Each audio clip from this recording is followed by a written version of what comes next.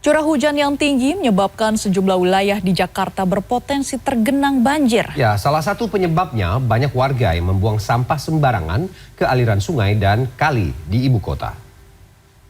Ya, pas dia buang sampah tuh yang kita tegur, dia bilang kalau saya nggak buang sampah di kali, abang enak nggak kerja.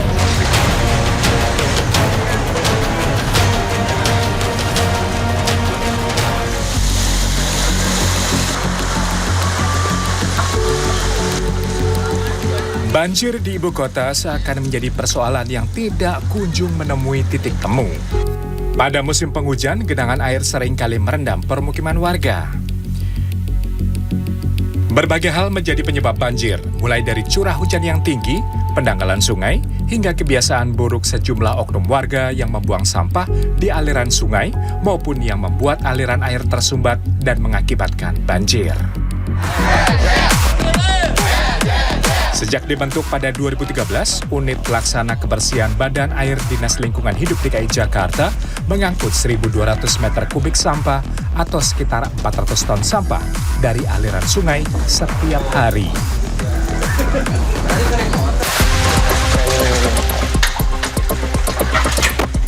Berada di atas aliran kali dengan kondisi terbuka saja, saya beberapa kali harus menahan nafas karena bau yang begitu menyengat.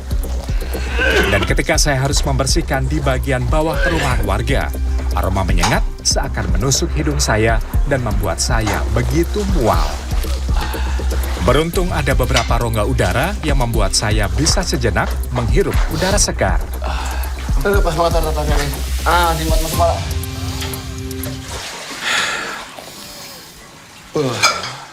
Men. Harum semerbak nan mau wangi. Metode pengambilan sampah di aliran sungai adalah mengalirkan sampah hingga ke titik penyekatan agar lebih efisien ketimbang mengambilnya sedikit demi sedikit.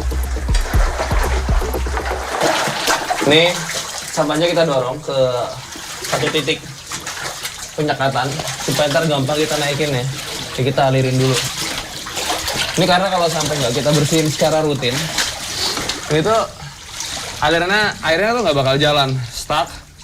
Lama-lama makin numpuk, menggulung. Ya bikin banjir di sekitar permukiman ini yang airnya nggak jalan. Makanya ketika sudah lancar seperti ini, saluran airnya harus tetap dijaga. Walau biasanya pembersihan dilakukan pagi hingga sore hari, bila curah hujan sedang tinggi, petugas UPK Badan Air akan bekerja selama 24 jam untuk menjaga saluran air bebas dari sampah yang membuat aliran air tersumbat. Tidak hanya harus mewaspadai kedalaman aliran yang naik dan turun, saya juga harus berhati-hati ketika melangkahkan kaki dalam air. Sebab bukan 1-2 kali saja petugas UPK Badan Air terkena paku atau pecahan kaca yang menembus sepatu karet yang digunakan. Apa itu bang? Waduh. Hati-hati kena bang. Pernah kena bang? Pernah.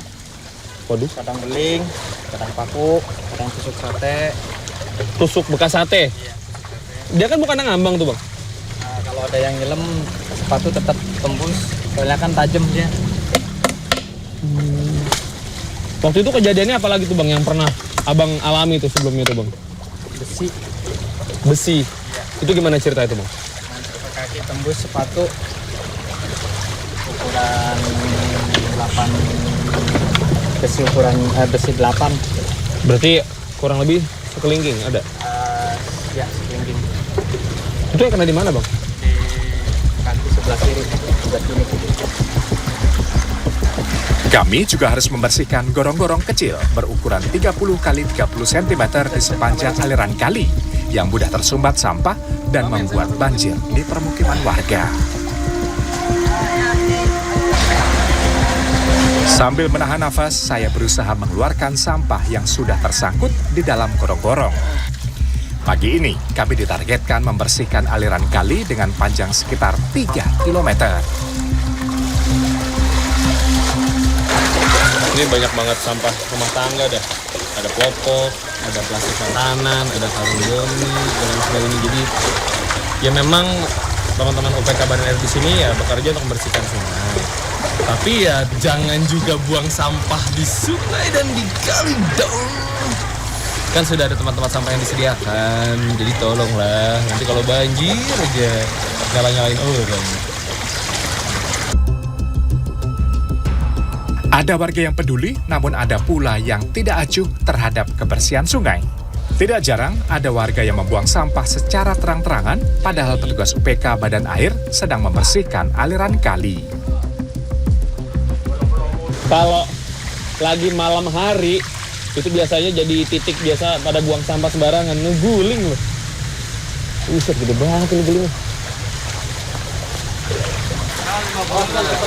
Udah. Oh, ada yang kedua nih. Kagak bilang-bilang dia di sini. Aduh. Ini benjol.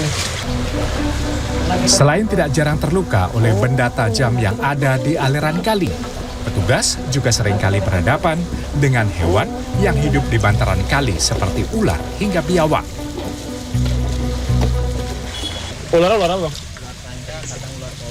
Hah? Kadang kobra ada juga. Kalau di kobra di bambu-bambu kita nggak. Kalau kobra di bambu-bambu.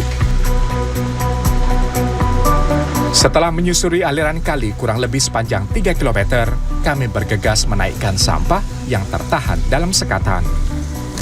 Aliran kali ini akan mengalir hingga ke Teluk Jakarta yang melintasi Kali Grogol. Dan bukan tidak mungkin, sampah juga akan mengotori laut di Teluk Jakarta.